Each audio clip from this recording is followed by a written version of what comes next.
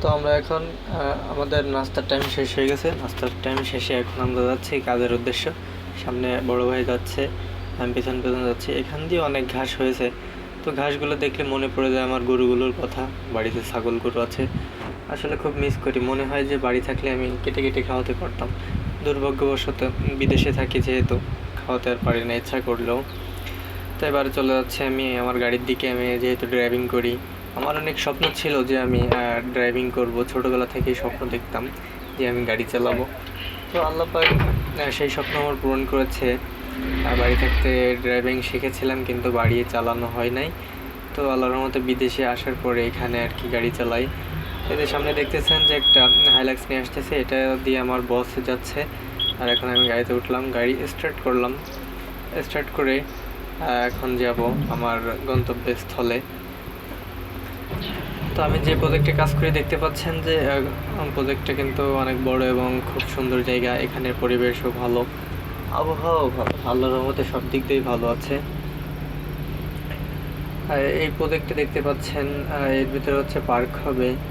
অনেক ফুল গাছ লাগিয়েছে, বিভিন্ন রকমের গাছগাছালি লাগাবে এখানে। তো প্রিয় বন্ধুরা, আসলে যেহেতু আপনারা ভাবতেছেন যে আপনার চ্যানেলের নাম সাইফুল্লাহ এগ্রো দেওয়া, তাহলে আপনি কেন এই ভিডিও দিচ্ছেন? আসলে ভাই, আমি যেহেতু বাইরে থাকি তাই তার জন্য মানে খামারের ভিডিও সবসময় দিতে পারবো না। বাড়ি থেকে যখন আমাকে ভিডিও করে দিবে তখন। তো মাঝে মাঝে আপনাদেরকে এরকম ভিডিও দিব এবং মাঝে মাঝে আমার খামারের ভিডিও আপনাদেরকে দেওয়ার চেষ্টা করব। তো আপনারা আমার ভিডিও সবসময় দেখবেন, পাশে থাকবেন, আশা করি ভালো লাগবে সবসময় আপনাদের। তো এবার যাচ্ছি আমি সামনের দিকে, ভিডিও করতে করতে সামনের দিকে যাচ্ছি গাড়ি চালিয়ে।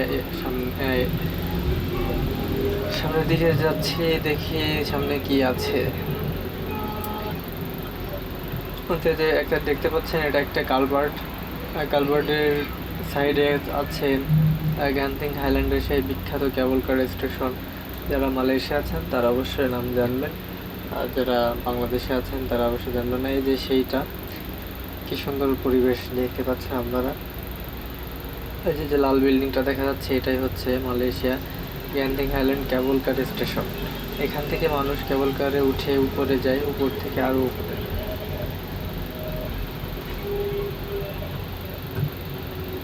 তো এবার আমি যাচ্ছি আবার সামনের দিকে। আমি যেখানে আসলে কাজ করবো সেখানে যাচ্ছি।